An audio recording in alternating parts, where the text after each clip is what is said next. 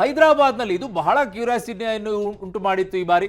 So ಬಿಜೆಪಿಯ ಮಾಧವಿ ಲತಾಗೆ ಈಗ ಸದ್ಯಕ್ಕೆ ಹಿನ್ನಡೆ ಅಂತ ಹೇಳ್ತಾ ಇದ್ದಾರೆ. ಹೈದರಾಬಾದ್ನಲ್ಲಿ ಓವೈಸಿಗೆ ಮುನ್ನಡೆ ಇದೆ. ಏನಾಗುತ್ತೆ, ಕೆಲವು ಸಂದರ್ಭಗಳಲ್ಲಿ ಕೆಲವು ಭಾಗಗಳಲ್ಲಿ ಅವ್ರದೇ ಆದಂಥ ವೋಟರ್ಸ್ಗಳು ಇರ್ತಾರೆ. ಯಾವುದು ಓಪನ್ ಅಪ್ ಆಗಿರುತ್ತೋ ಆ ನಂಬರ್ಸ್ಗಳು ಜಾಸ್ತಿ ಕಾಣಿಸ್ಕೊಳ್ಳುತ್ತೆ.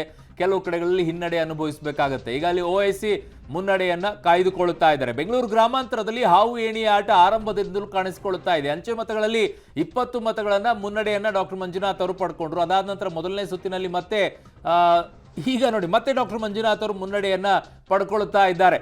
ಸೊ ಬೆಂಗಳೂರು ಗ್ರಾಮಾಂತರದಲ್ಲಿ ಹಾವು ಏಣಿಯ ಆಟ ಹೇಗೆ ಅದು ನೆಕ್ ಟು ನೆಕ್ ಫೈಟ್ ಇದೆ ಅಂತ ಹೇಳ್ತಾ ಇದ್ವೋ ಅದೇ ರೀತಿಯಾಗಿ ಈಗ ನಂಬರ್ಸ್ಗಳಲ್ಲೂ ಕೂಡ ಹಾಗೆ ಕಾಣಿಸ್ಕೊಳ್ಳೋಕೆ ಶುರುವಾಗಿದೆ. ಅಂಚೆ ಮತಗಳಿಂದ ಶುರುವಾಗಿ ಮೊದಲನೇ ರೌಂಡ್ ಆಗಿ ಎರಡನೇ ರೌಂಡಿಗೆ ಕಾಲಿಟ್ಟಾಗಲೂ ಕೂಡ ಅಲ್ಲಿ ಈಗ ಡಾಕ್ಟರ್ ಮಂಜುನಾಥ್ ಅವರು ಮುನ್ನಡೆಯನ್ನು ಕಾಯ್ದುಕೊಳ್ತಾ ಇದ್ದಾರೆ. ಯಾವ್ಯಾವ ಬೂತ್ಗಳದ್ದು ಓಪನ್ ಆಗುತ್ತೋ ವೋಟ್ಗಳು ಆಗ ಅಲ್ಲಿ ಗೊತ್ತಾಗುತ್ತೆ ಅವರವ್ರ ವೋಟರ್ಸ್ಗಳು ಇರ್ತಾರೆ. ಸೊ ಡಾಕ್ಟರ್ ಮಂಜುನಾಥ್ ಅವರಿಗೆ ಈಗ ಅಲ್ಪ ಮತಗಳಿಂದಾಗಿ ಮುನ್ನಡೆಯನ್ನ ಸಾಧಿಸಿಕೊಳ್ತಾ ಇದ್ದಾರೆ. ಡಾಕ್ಟರ್ ಮಂಜುನಾಥ್ ಅವರು ಬೆಂಗಳೂರು ಗ್ರಾಮಾಂತರ ಕೊನೆಯವರೆಗೂ ಕೂಡ ಇದು ಹಾವು ಏಣಿಯ ಆಟವಾಗಿ ಉಳ್ಕೊಳ್ಳುತ್ತಾ ಅಥವಾ ಕೆಲವೊಂದಿಷ್ಟು ರೌಂಡ್ಸ್ಗಳಾದ ನಂತರ ಸತತವಾಗಿ ಮುನ್ನಡೆಯನ್ನ ಕಾಯ್ದುಕೊಂಡು ಯಾರಾದರೂ ಒಬ್ರು ಹೋಗ್ತಾರಾ ಅನ್ನುವಂಥದ್ದನ್ನು ಬಹಳ ಕ್ಯೂರಿಯಾಸಿಟಿ ಇದೆ. ಸೇಮ್ ದಾವಣಗೆರೆಯಲ್ಲೂ ಕೂಡ ದಾವಣಗೆರೆಯದು ಹಾಗೆ ಇರೋದು. ಇನ್ನು ಚಾಮರಾಜನಗರದಲ್ಲಿ ಸುನೀಲ್ ಬೋಸ್ ಅವರು ಮುನ್ನಡೆಯನ್ನ ಪಡ್ಕೊಳ್ತಾ ಇದ್ದಾರೆ. ಇದು ಕರ್ನಾಟಕದ ಚುನಾವಣೆ ಅಲ್ಲ, ಇದು ದೇಶದ ಚುನಾವಣೆ. You appears to be doing a Karnataka election coverage. ಅಲ್ಲ, ಒಂದು ಕ್ಯೂರಿಯಾಸಿಟಿ ಇರುತ್ತೆ.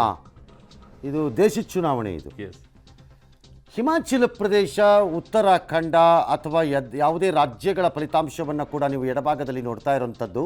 80 ಸ್ಥಾನ ಇರುವ BJP 53, ಇಂಡಿ 24 ಕ್ಷೇತ್ರಗಳಲ್ಲಿ ಉತ್ತರ ಪ್ರದೇಶದಲ್ಲಿ ಲೀಡಿಂಗು ಕಾಣಿಸ್ತಾ ಇರುವಂಥದ್ದು.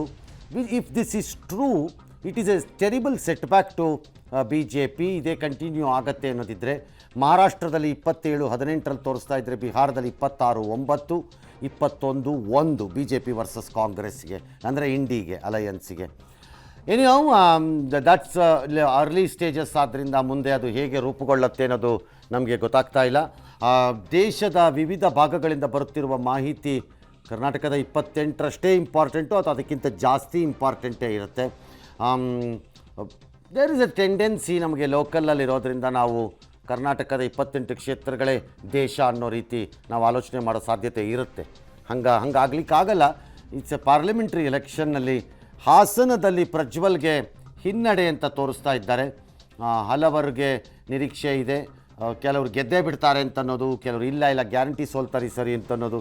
ಈ ರೀತಿ ಭಿನ್ನ ಅಭಿಪ್ರಾಯಗಳ ಮಧ್ಯೆ ನಡೀತಾ ಇರುವಂಥ ಹಾಸನದ ಮತ ಎಣಿಕೆ ಕಾರ್ಯಕ್ರಮ ಬಹುಶಃ ಅತ್ಯಂತ ಕುತೂಹಲಕಾರಿಯಾಗಿ ಇರುತ್ತದೆ ಮುಂದಿನ ಸುತ್ತುಗಳಲ್ಲಿ ಅಂತ ಕಾಣುತ್ತೆ. ಸದ್ಯಕ್ಕೆ ದೆಹಲಿ 7ರಲ್ಲಿ 6, 1, ಪಂಜಾಬ್ 5ರಲ್ಲಿ NDA, AAP 3, Congress 1. That's amazing actually. ಆ ಪಂಜಾಬಲ್ಲಿ ನನಗೆ if NDA is leading, because ಭಾಳ ಜನ ಅಂದ್ಕೊಂಡಿದ್ರು ಪಂಜಾಬಲ್ಲಿ ಏನು ಮಾಡೋಕ್ಕಾಗಲ್ಲ ಅವ್ರ ಕೈಯಲ್ಲಿ ಅಂತ ಅಂದ್ಕೊಂಡಿದ್ರು. ಜಾರ್ಖಂಡಲ್ಲಿ 8, 2, ತಮಿಳುನಾಡಿನಲ್ಲಿ 31, 2, ADMK 2. ಸೊ 31, 2 NDA ಉಳಿಸ್ಕೊಂಡಿದ್ದಾರೆ ಅನ್ನೋದಷ್ಟೇ ಅವರ ಸಮಾಧಾನ. ಅದನ್ನು ಅವ್ರು ಉಳಿಸ್ಕೊಂಡ್ಬಿಟ್ರೆ ಅದೇ ದೊಡ್ಡದು.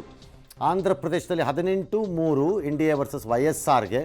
ಇನ್ನು ತೆಲಂಗಾಣನಲ್ಲಿ 8+5, 8 BJP, 5 ಕಾಂಗ್ರೆಸ್. ಎಲ್ಲ ಅಂತಿರೋದು ಅತಿ ದೊಡ್ಡ ಪಕ್ಷವಾಗಿ ತೆಲಂಗಾಣನಲ್ಲಿ ಭಾರತೀಯ ಜನತಾ ಪಕ್ಷನೇ ಬರಬಹುದು ಅಂತ ಹೇಳ್ತಿದ್ದಾರೆ. ಹಾಗಾಗಿ ಉತ್ತರ ಪ್ರದೇಶದಲ್ಲಿ ಸಂಖ್ಯೆಗಳು ಬದಲಾಗ್ತಾ ಇರೋ ಕಾಣಿಸ್ತಾ ಇದೆ. That's how it looks like. ಈ ಮೊದಲನೇದು ಅಥವಾ ಎರಡನೇ ರೌಂಡ್ಗಳ ಚಿತ್ರಣ ಬರ್ತಾ ಇರೋದನ್ನು ನೋಡ್ತಾ ಇದ್ದಾರೆ. All right.